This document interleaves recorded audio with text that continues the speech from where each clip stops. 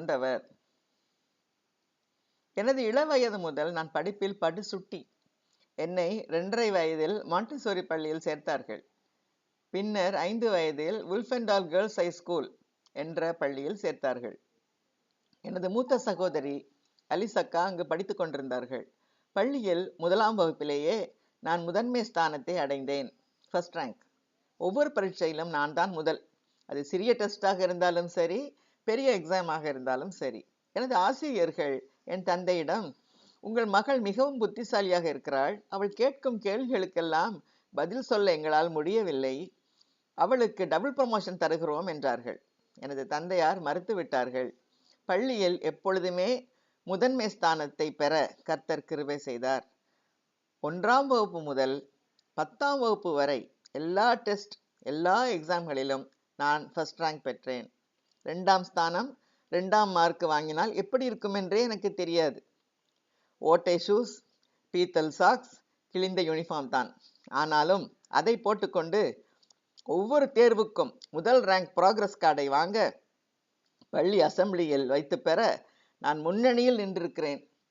சிறப்பு பரிசுகள், விருதுகள் பெற்றிருக்கிறேன். ஒரு முறை 6 பரிசுகளை பெற்றேன். விழாவில் பரிசு கொடுத்தவர், இந்த சிறுமியை மேடையிலேயே இருக்க விடுங்கள், அவளே சுற்றி சுற்றி பரிசு வாங்க வர வேண்டும் என்றும், ஒரே மாணவிக்கு இத்தனை பரிசா என்றும் வியந்தார். இத்தகைய கல்வி சிறப்பின் பின்னணி என்ன? கர்த்தரும் அவரது அளவிட முடியாத கிருபையும் எனது சிறிய எளிய ஜெபமும் கடின உழைப்பும் தான் என்று இப்பொழுது நினைக்கிறேன். எனது தாயார் எப்போதும் சொல்வார்கள், ரேணுமா, படிக்க ஆரம்பிக்கும் போது ஜெபம் பண்ணி ஆரம்பி. என்ன ஜெபம்?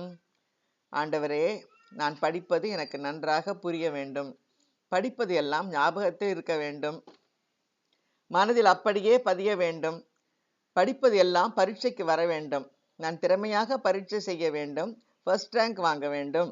இதுதான் ஜெபம்.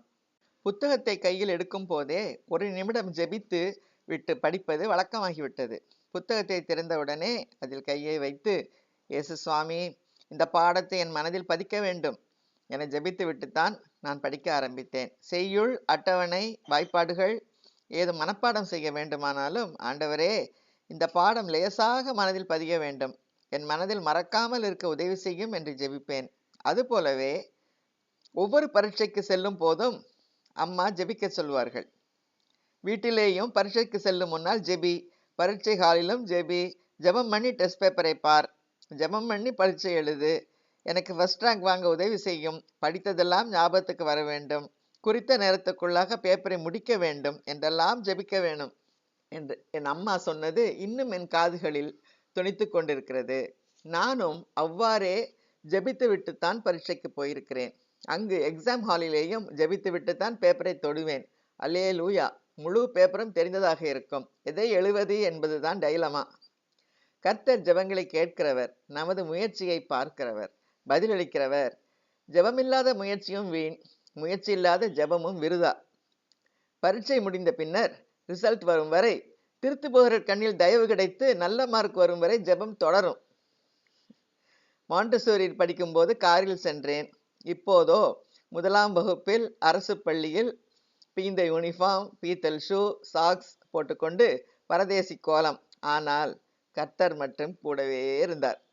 குதிரை யுத்த நாளுக்கு ஆயத்தமாக்கப்படும், ஜெயமோ கர்த்தரால் வரும். நீதிமொழிகள்